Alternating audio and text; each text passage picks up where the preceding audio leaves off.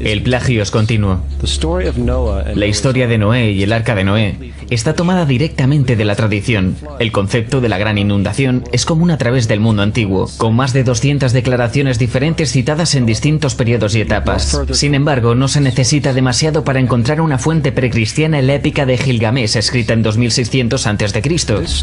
Esta historia habla de una gran inundación mandada por Dios, un arca que salvó animales e incluso el envío y retorno de una paloma, todos comunes con la historia bíblica, junto con muchas otras similitudes. Y también la historia plagiada de Moisés. Cuando Moisés nació, se dijo que fue puesto en un canasto y dejado flotando en un río.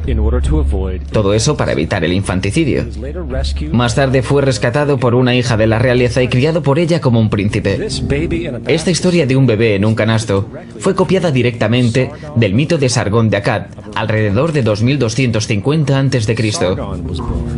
Sargón nació, fue puesto en un canasto para evitar el infanticidio y fue dejado flotando en un río. Él fue rescatado y criado por Aquí, una comadrona real.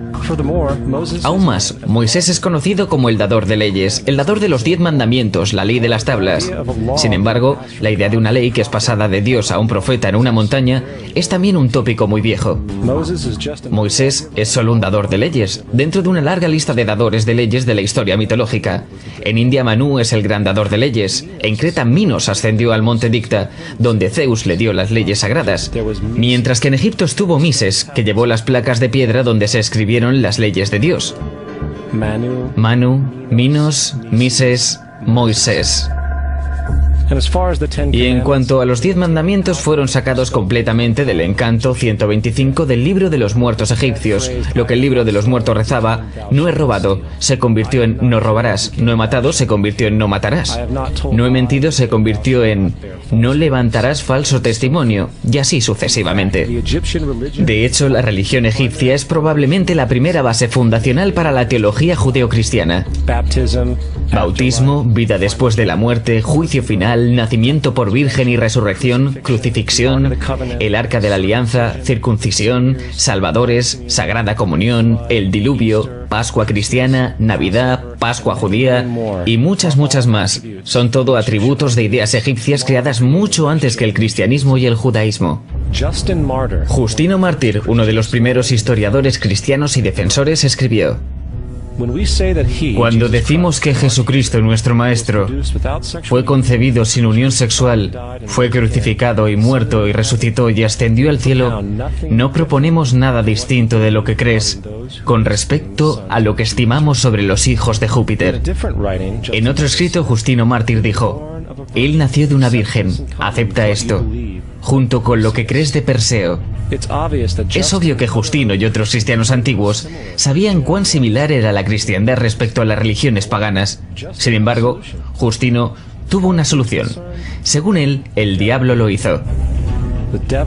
El diablo tuvo la previsión de venir antes que Cristo y crear estas características en el mundo pagano.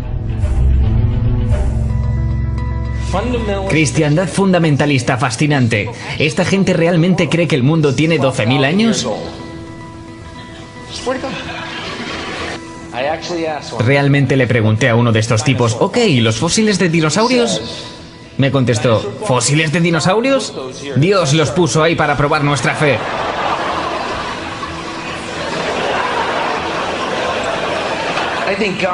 Creo que Dios te puso aquí para probar mi fe, amigo.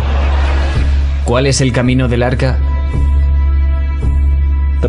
La Biblia no es nada más que un híbrido literario astroteológico, como casi todos los mitos religiosos anteriores.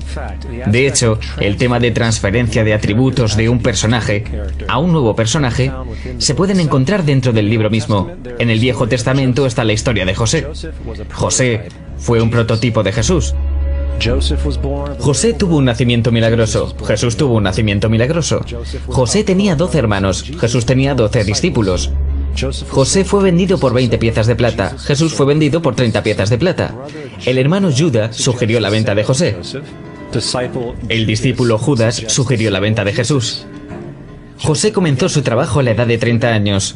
Jesús comenzó su trabajo a los 30 años. Los paralelismos siguen y siguen.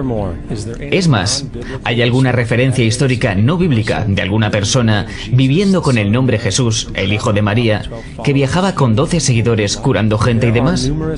Hay numerosos historiadores que vivieron en alrededores del Mediterráneo durante o después de la supuesta vida de Jesús. ¿Cuántos historiadores documentan esta figura? Ninguno. Sin embargo, para ser justos, no significa que defensores del Jesús histórico no hayan sostenido lo contrario. 4 historiadores son citados típicamente para justificar su existencia. Plinio el Joven, Sustenius y Tácito son los primeros 3. Cada una de sus citas consisten solo en unas pocas oraciones. Y solo se refieren al Christius o al Cristo, que de hecho no es un nombre, sino un título. Significa el elegido. La cuarta fuente es Josephus, y ha sido probada a ser una falsificación hace cientos de años. Tristemente, aún hoy es citada como cierta. Es de suponer que un tipo que se levantó entre los muertos y ascendió al cielo delante de todo el mundo y realizó la cantidad de milagros que se le atribuyen, hubiera permanecido en el registro histórico.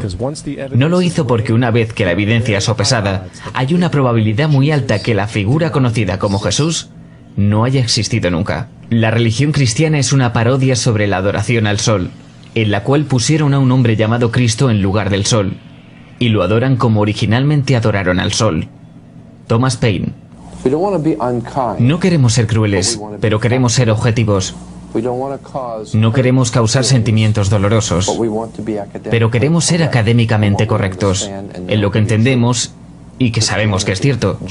La cristiandad no está basada en verdades. Encontramos que la cristiandad fue de hecho nada más que una historia romana, desarrollada políticamente.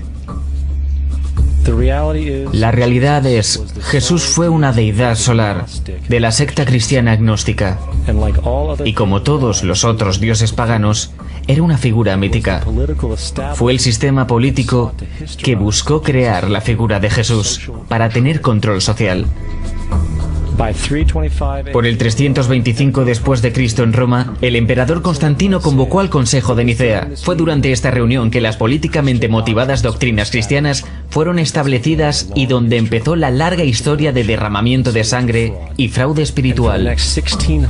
Y por los siguientes 1600 años, el Vaticano mantuvo un control político sobre toda Europa, conduciendo a periodos felices como la Edad Oscura, junto con iluminados eventos como las Cruzadas y la Inquisición.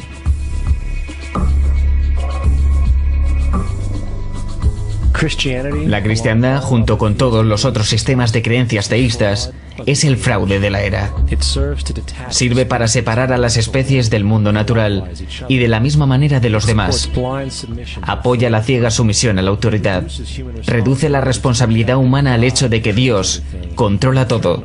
Y de hecho, se pueden justificar crímenes horribles en nombre de la búsqueda divina. La religión nunca podrá reformar la humanidad porque la religión es esclavitud, y aún más importante, hace más fuerte a los que conocen la verdad pero usan el mito para manipular y controlar las sociedades.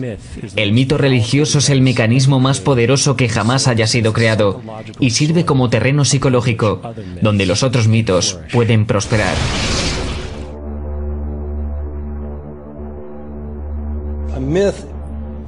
Un mito es una idea que, aun siendo popularmente creída, es falsa. En un sentido más profundo, en el sentido religioso, el mito sirve como una historia que orienta y conmueve a la gente. El foco del mito no es la relación de la historia con la realidad, sino con su función. Una historia no puede funcionar a menos que sea creída como cierta, por la comunidad o por la nación. No es tema de debate que algunos tengan el mal gusto de cuestionar la veracidad de tal historia sagrada. Los cuidadores de la fe no entran en debate con ellos. Ellos los ignoran o denuncian como blasfemos.